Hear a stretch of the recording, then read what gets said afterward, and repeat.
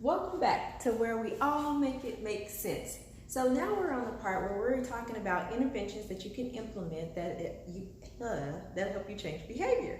All right, so when we're starting and we're talking about behavior, we'll be talking about operant behavior, and we're going to be talking about our ABC, or our three-term contingency. Right now we're talking about the antecedent part that comes before the behavior, and the first intervention that you could use is an SD intervention or an MO. Now, what is an SD? Remember, your SD is your discriminative stimulus.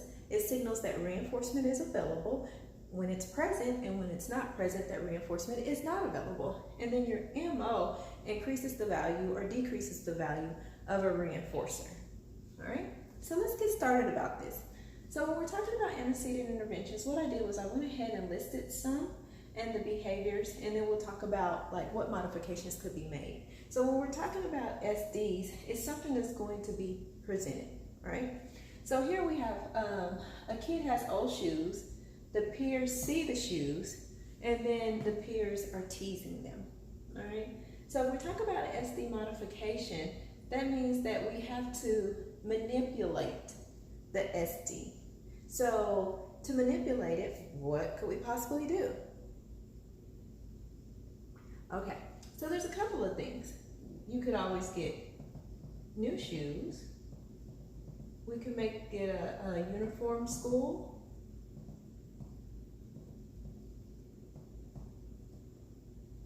All right, so that's just a couple of things we could do. But it's gonna modify it so that there's no need to tease, because everyone has on the exact same thing down to the shoes. You could either have white or black Air Force Ones, that's it. The new shoes, if he has brand new shoes, then the peers wouldn't have a reason to tease. So basically, in a sense, what we were doing is removing the SD. In layman terms, we got rid of old shoes. So we removed the SD and we got rid of the old shoes. All right? So let's talk about the next one, which is your motivating operation. So let's say that your client, their stomach is full and they're refusing to work for edible reinforcers. So they're full and they're like, you're trying to offer a gummy for them to respond, and they're just like, no thank you, no thank you. So as an MO modification, if they're full, then we would need to withhold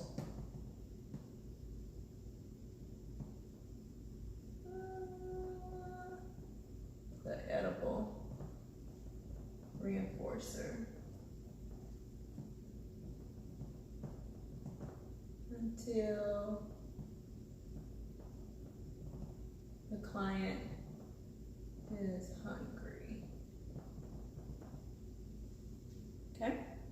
Or if you want to modify it, you can lessen or increase the amount being offered. In this case, I mean, it's not going to change anything. If they're full, they're full. They, even if you lessen it, or you can choose a different reinforcer. And if you choose a different reinforcer, this really doesn't affect the MO part. I'm going to put a line through it. That would be more of presenting the SD if you do that. So I'm gonna just move it up here, because you're adding a different reinforcer into the presenting a different stimulus that should hopefully have a better reinforcing value to get the client to respond. But that's more of adding something into the presence, and with the here, anytime you're going to withhold it so that it becomes more valuable, okay? Or you can increase the amount that you're giving so it becomes more valuable. All right, last one. There's only one Charlie Brown pencil in a classroom of 15 kids. All right, so you have a kid that snatches the pencil from the peer. So Charlie Brown pencil is the SD. The kid snatches the pencil from the peer. What can we do? We can add more pencil. Charlie, be clear, we can add more Charlie Brown pencils. Into the mix, all right? You can modify other characters. We may add different characters to see if that'll work. All right, so there's something I really want you to understand about antecedent interventions, right? When we're just talking about SDs and MOs right now. Here, where we're removing the SD to get rid of we're getting rid of the old shoes, it's only going to have a temporary effect on the peer teasing. So antecedent interventions alone really don't have a strong effect on the behavior. So they may start back teasing about something else, they may refuse to work about something else, or they may still continue to snatch other things from their peers. So it's not until you get into your consequence interventions.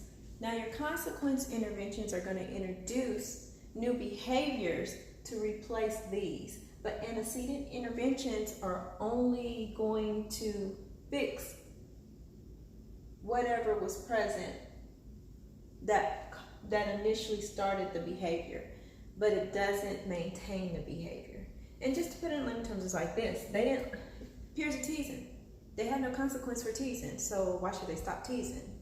Not only would they get a consequence, a new behavior to say, instead of teasing, why don't you do this? Or here's a new behavior and we're going to reinforce that new behavior, so it's more valuable to do the new behavior than the teasing, because the teasing may get me extra homework. I may have to write part of the dictionary. I may have to go to the principal office. They may call my parents. I might get in-school suspension. As is, where if I use the new behavior, I may get a ticket that I can turn in later with my token economy. I may gain access to additional free time. So that kind of gives you an idea of how that works. So just remember that antecedent interventions, they work on the front side of the behavior. However, they usually don't maintain the behavior. They're still going to need that consequence part of the interventions in order to help them to maintain the new behaviors and to modify or completely change it altogether. So I hope I didn't confuse you. I'm going to step away for a second so you can look at these wonderful examples, and then when we come back, we'll talk about the consequence-based interventions. Take a look.